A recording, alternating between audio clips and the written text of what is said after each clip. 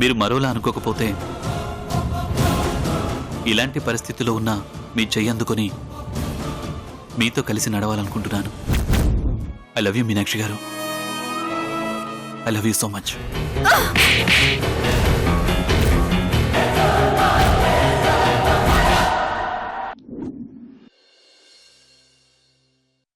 దేవుడు ముడివేసిన మా బంధాన్ని ఆ దేవుడే కలుపుతాడన్న నమ్మకం, ఆ నమ్మకాన్ని కూడా ఆ దేవుడే నాకు ప్రతిసారి కలిగిస్తూ వచ్చాడు.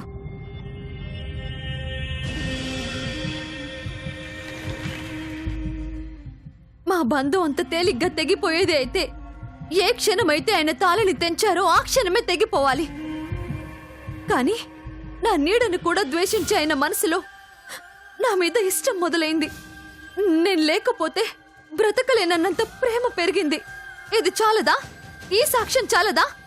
ఎన్ని కష్టాలొచ్చినా సరే మేము ఒకటై తీరుతామని చెప్పడానికి.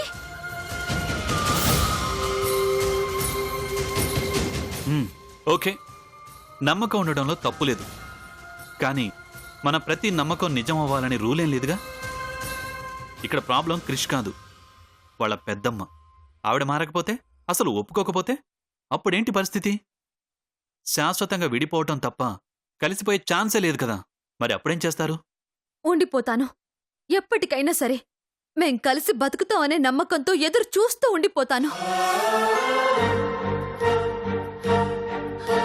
అలా జరగకపోతే అతని జ్ఞాపకాలతో బతికేస్తూ ఉండిపోతాను.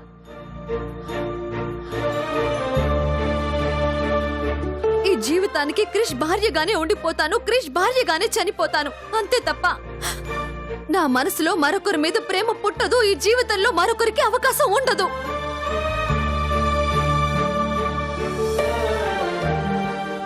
నా గొంతులో ప్రాణం ఉన్నంత వరకు క్రిషే నా ప్రాణం, తనే నా ప్రపంచం, తనే నా సర్వస్వం. గుర్తు పెట్టుకోండి.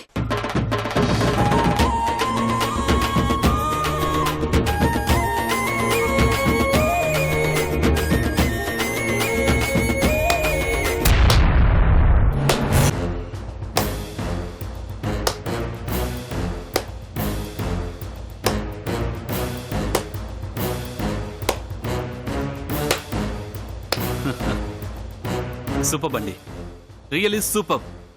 మీ మనసులో క్రిష్ మీద ఎంత ప్రేముందో, క్రిష్ కోసం మీరు ఎంత తపన పడుతున్నారో తెలుసుకోవాలని ఈ నాటకం ఆడానండి.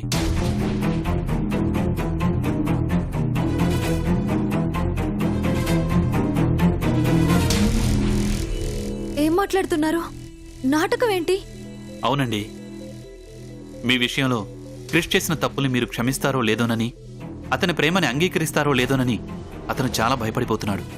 ఆ భయంతోనే తన ప్రేమని మీతో చెప్పలేక తనలోనే దాచుకుంటున్నాడు. ఇంకోవైపు మీరేమో మీ వదినికి భయపడిపోయి క్రిష్ మీద ఉన్న ప్రేమని మనసులోనే దాచేసుకుంటున్నారు.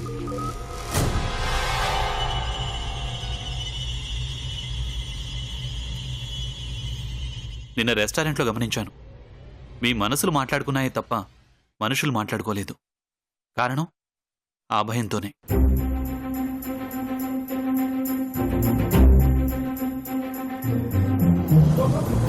ఇప్పటికే పరిస్థితులు మీ మధ్య దూరాన్ని పెంచేలా ఉన్నాయి. ఇలాంటి టైంలో మీరిద్దరు ఇలా భయంతో సైలెంట్గా ఉంటే ఆ దూరం మరింత పెరిగే ప్రమాదం ఉందనిపించింది. అందుకే ఎలాగైనా సరే మీలో ఉన్న భయాన్ని పోగొట్టాలని, మీ మనసులో ఉన్న ప్రేమని బయట పెట్టాలని ఈ నాటకం ఆడాను.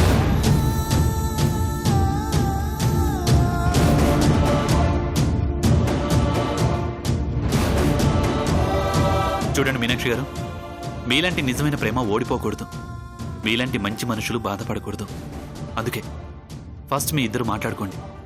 ఒకరంటే ఒకరికి ఎంత ఇష్టమో చెప్పుకోండి. అప్పుడు మీ పెద్దవాళ్ళని ఒప్పిద్దాం. మీరు విడిపోయి బతకలేరు అన్న నిజాన్ని వాళ్ళకి అర్థమయ్యేలా చెప్దాం. ఆటోమేటిక్గా ప్రాబ్లమ్స్ అన్నీ సాల్వ్ అయిపోతాయి. అందుకని ఫస్ట్ మీరిద్దరూ ఆ భయాన్ని వదిలేసి మనస్ఫూర్తిగా మాట్లాడుకోండి ప్లీజ్.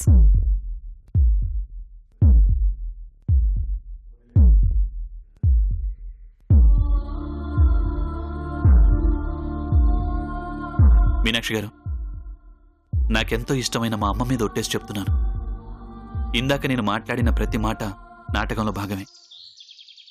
ఒకవేళ నా మాటలు మీకు బాధ కలిగించుంటే ఐఎమ్ ఎక్స్ట్రీమ్లీ సారీ అండి. మీరు కాదండి, నేనే క్షమాపణ చెప్పాలి. మీరేంటో తెలుసు, మిమ్మల్ని ఇన్ని రోజులుగా చూస్తున్నాను. అయినా సరే ఒక్క క్షణం కూడా ఆలోచించకుండా ఇలా మూర్ఖంగా మీ మీద చేయి చేసుకున్నాను. I'm sorry, really sorry. భలేవారండి. మీరలా చేసింది కోపంతోనో ఆవేశంతోనో కాదండి. క్రిష్ మీద మీకున్న ప్రేమని అలా చూపించారు. దానికేం ఫీల్ అవ్వాల్సిన అవసరం లేదు. లీవ్ ఇట్ అండి. మిమ్మల్ని ఇద్దరిని కలపటం కోసం ఇలాంటి దెబ్బల్ని ఎన్నైనా సరే హ్యాపీగా తింటానండి.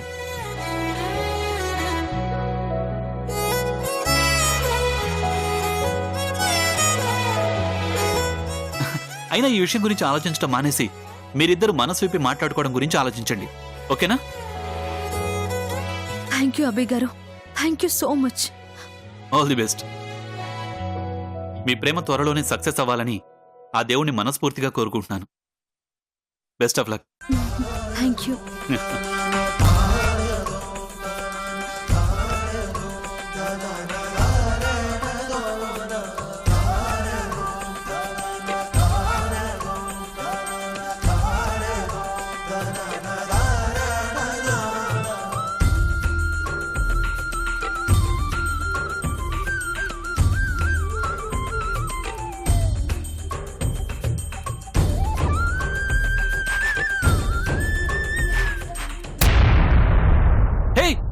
What a surprise! మీరేంటి ఇక్కడ?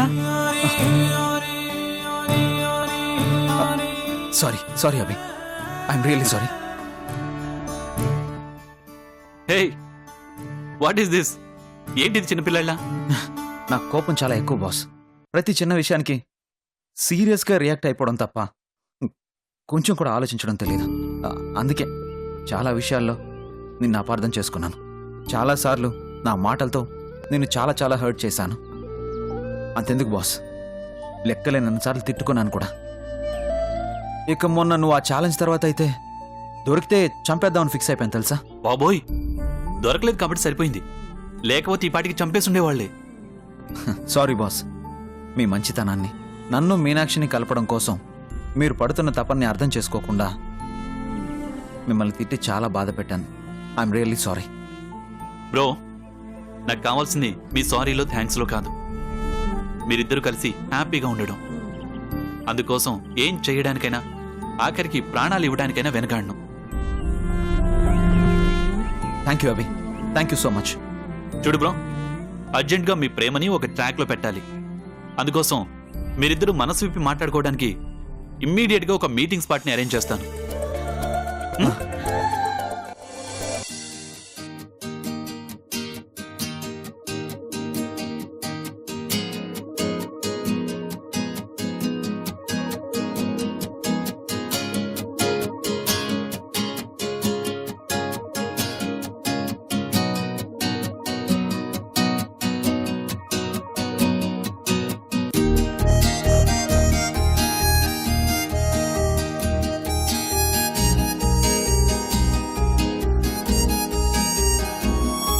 రెస్టారెంట్కి వచ్చారో లేకపోతే లైబ్రరీకి వచ్చారో అర్థం కావట్లేదు. బోర్డర్లు ఇండియా పాకిస్తాన్ సైనికుల్లా ఎవరి దారి వాళ్ళదే అన్నట్టు కూర్చున్నారు. 1/2 గంట నుంచి ఇదే పరిస్థితి.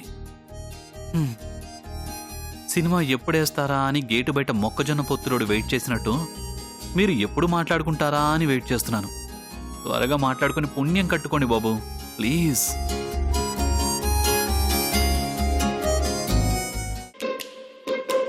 మాట్లాడుకోరు. యుగాలు గడిచిపోయినా చివరికి అలా కూర్చొని శీలలైపోయినా అయిపోతారు. కానీ వీళ్ళు మాత్రం మాట్లాడుకోరు.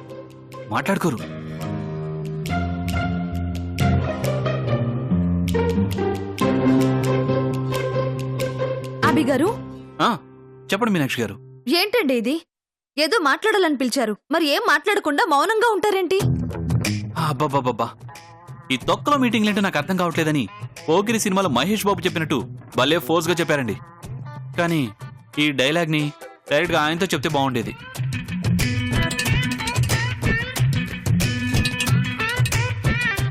ఇదిగో మాస్టరు అడుగుతున్నారండి, మీటింగ్ ఏంటి, పర్పస్ ఏంటి అని. ఇప్పటికైనా మౌనవ్రతం నుంచి బయటకు వచ్చి మాట్లాడండి బాబు.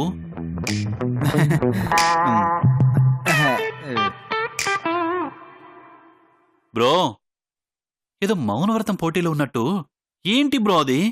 మాట్లాడు.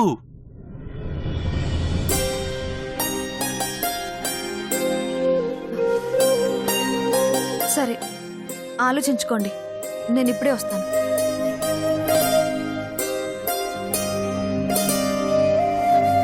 ఛే, ఏంటండి క్రిష్ గారు, నిన్నటి దాకా మీనాక్షి క్షమిస్తుందా లేదా, తనతో మీ ప్రేమను ఎలా చెప్పాలని తెగ టెన్షన్ పడిపోయారు.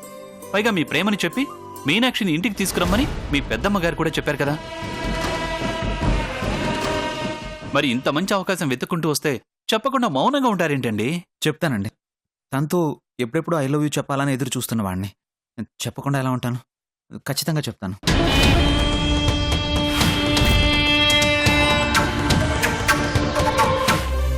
పొద్దున గుళ్ళో తను మీతో మాట్లాడుతున్నప్పుడు నేనంటే తనకి ఎంత ప్రేమ ఉంది అనేది మాత్రమే కాదు, నా వల్ల ఎంత బాధపడింది అనేది కూడా తన మాటల్లోనే అర్థమైంది. కొన్ని ఇన్సిడెంట్స్, కొన్ని ప్లేసెస్ తను చేదు జ్ఞాపకాలుగా ఫీల్ అవుతుంది. అందుకే అలాంటి చోటే నా ప్రేమను తనతో చెప్తాను. తను చేదు జ్ఞాపకాలుగా ఫీల్ అవుతున్న వాటిని తనకి తీపి జ్ఞాపకాలుగా గుర్తుండిపోయేలా చేస్తాను.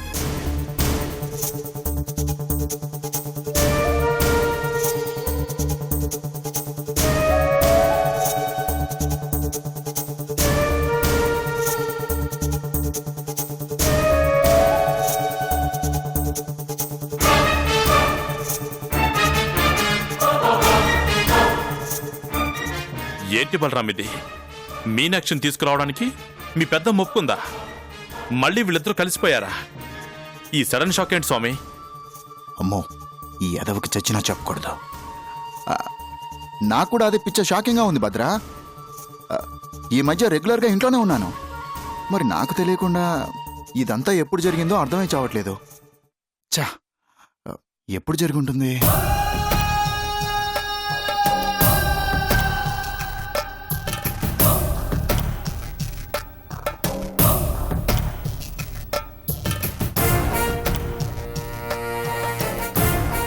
ఈ దెబ్బతో వాళ్ళు పర్మనెంట్గా విడిపోయినట్టే, మీనాక్షి నా పక్కలోకి వచ్చినట్టే అని ఫుల్ ఖుషి అయిపోయాను. కానీ ఇంతలోనే ఇలా ఛా!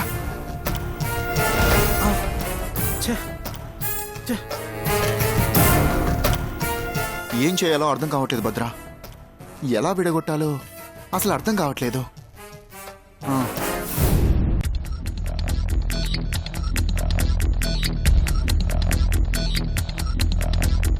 చెయ్యాలి బలరాం, ఏదో ఒకటి చెయ్యాలి.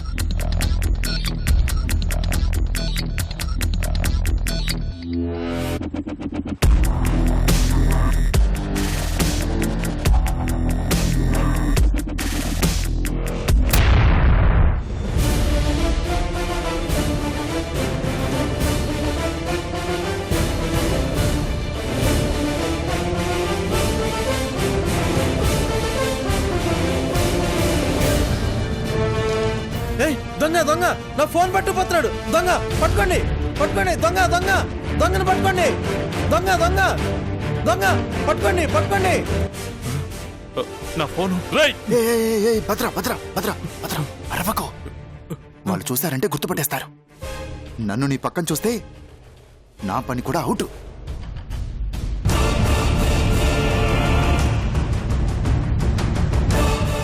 మీనాక్షి ఆ ఫోన్ చూస్తే కొంపలు అంటుకుపోతాయి. ఎలా రా దేవుడా! చ్చ! బలరాం, ఇప్పుడే వస్తాను. భద్రా భద్రా.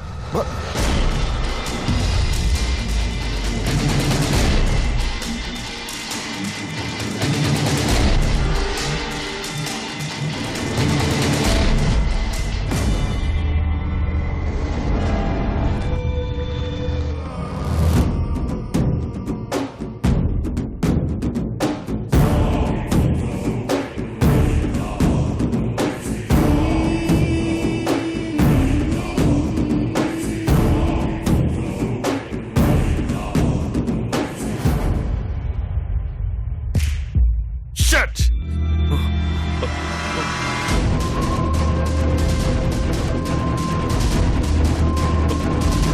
ఏ బలరాం, ఆ ఫోన్ ని మీనాక్షి బ్యాగ్ లో వేశాడు వాడు. ఏయ్, వేస్తే వేశాళ్లే, అరవకు. అబ్బా అది చాలా ఇంపార్టెంట్ ఫోన్. ఎహె, తొక్కలో ఫోన్ కావాలంటే నేను కొనిస్తాను, అరవకు. అబ్బా ఆ ఫోన్లో కొంపలంటుకుపోయే మ్యాటర్ ఉంది. వీడికి ఎలా చెప్పాలి? ఓ, చ్చ.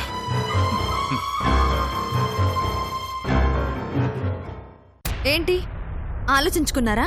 ఆ, ఆ, ఆ. పోలవరం ప్రాజెక్ట్లా ప్రస్తుతం ఆ పనిలోనే ఉన్నాం. కొంచెం టైం పట్టేలా ఉంది.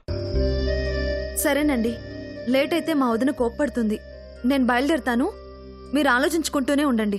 సరే పదండి, డ్రాప్ చేస్తాను. పర్లేదులేండి, నేను ఆటోలో వెళ్తాను. చెప్తాను మీనాక్షి, నీకెప్పటికీ ఒక మధుర జ్ఞాపకంగా గుర్తుండిపోయేలా నా ప్రేమను చెప్తాను.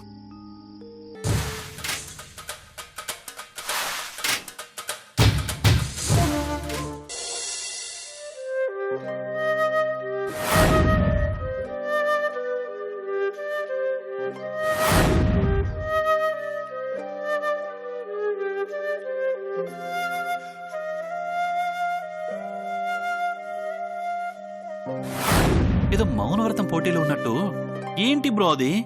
మాట్లాడు.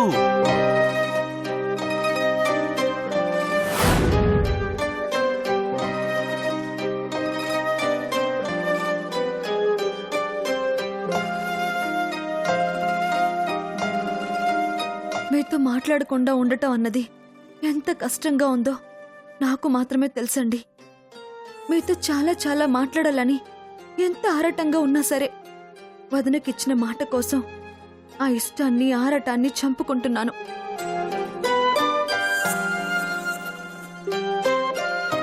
అలాగే మీ మనసులో ప్రేమని ఎప్పుడెప్పుడు చెబుతారా, మీ నోటి నుంచి ఆ మాటని ఎప్పుడెప్పుడు వినాలా అని చెప్పలేనంత ఆతృతతో ఎదురు చూస్తున్నాను.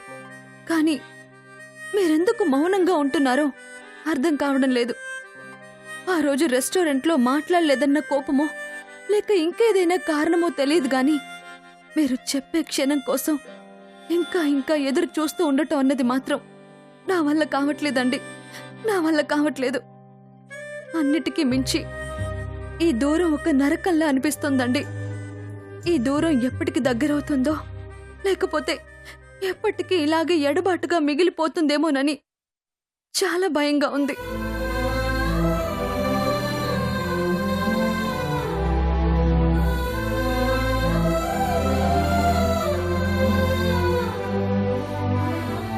అత్త ఒకసారి నీ ఫోన్ ఇవ్వవా? గేమ్ ఆడుకొని ఇస్తాను. ఫోన్ లేదు, ఏం లేదు, వెళ్ళు. అత్త ప్లీజ్ అత్త, వెంటనే ఇచ్చేస్తాను అత్త. ప్లీజ్ ప్లీజ్ ఒకసారి ఇవ్వా. అబ్బా, నేను అసలు చిరాకులో ఉన్నాను, విసిగించకు, వెళ్ళు. అత్త అత్త ప్లీజ్ అత్త, ఆడుకొని ఇచ్చేస్తాను అత్త. ఒక్కసారి అత్త ప్లీజ్. అత్త అత్త గూగుల్ ప్లీజ్. అబ్బా, ఆట నావంటే తాట తీస్తాను. వెళ్ళి హోంవర్క్ చేసుకో, వెళ్ళావు.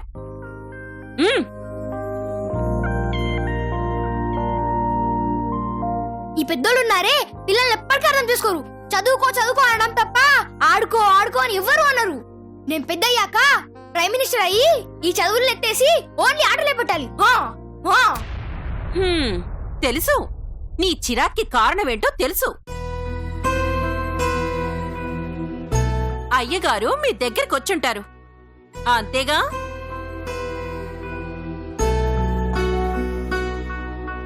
నీకు కేవలం చిరాకు మాత్రమే, కాని మాకిక్కడ తలపోటు కూడా తెప్పించాడు. భార్యంట పంపించాలంట, లేకపోతే తీసుకుపోతాడంట. ఎదిరించైనా యుద్ధం చేసైనా తీసుకుపోతాడంట. ఎక్కడ మరి? ఇక్కడ చేతులు కట్టుకుని కూర్చున్నావు. సారట తీసుకుని పోతూ ఉంటే చూస్తూ ఊరుకుంటాం మరి. అప్పటికి మీ అన్నయ్య వెళ్లి చొక్కా పట్టుకున్నాడు. ఎందుకులే అని నేనే ఆపాను, లేకపోతే ఈ పాటికి యుద్ధమే జరుగుండేది. ఏరు దాటేదాకా బోడమల్లయ్య, ఏరు దాటాక బోడి మల్లయ్య అన్నట్టు మళ్ళీ నీతో ఏమవసరం వచ్చిందో వచ్చి ఓ తెగ ప్రేమ వరకు పోస్తున్నాడు.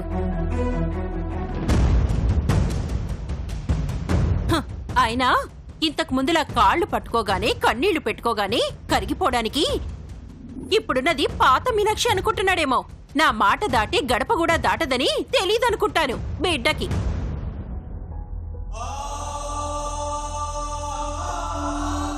ఈ దెబ్బతో దరిద్రం వదిలిపోయిందిలే.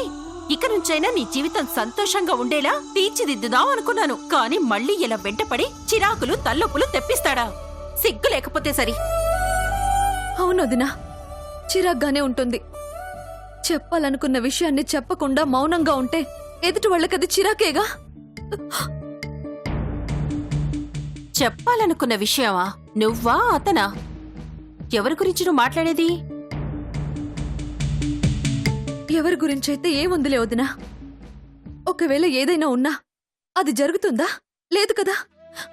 మరి వాటి గురించి మాట్లాడుకోవడం ఎందుకు? హ్మ్. ఒకేసారి సడన్ గా నువ్వు ఇలా మాట్లాడుతున్నావంటే డౌటే లేదు, అతని మాయ మాటలకి నువ్వు కరిగిపోయుంటావు. అతని నాటకాలని నమ్మేసుంటావు. మొదలు పెట్టేశాడనమాట. మెల్లగా నీ మనసు మార్చే కార్యక్రమాన్ని మొదలు పెట్టేశాడనమాట. అసలు మాట్లాడితే కదా వదినా కరిగిపోవటానికైనా మారిపోవటానికైనా. అయినా నీకు మాటిచ్చాను కదా వదినా మాట్లాడినని. మరి ప్రామిస్ చేసి ఎలా మాట్లాడతాను, ఎందుకు మాట్లాడతాను? మాట్లాడను, అస్సలు మాట్లాడను. నీ మాటల్లో నా మాట మీదున్న గౌరవం కంటే నిష్ఠూరమే ఎక్కువగా కనిపిస్తుంది. ఆ నిష్ఠూరం అంతా అతని మీద ఉన్న ప్రేమ అని కూడా అర్థమవుతుంది.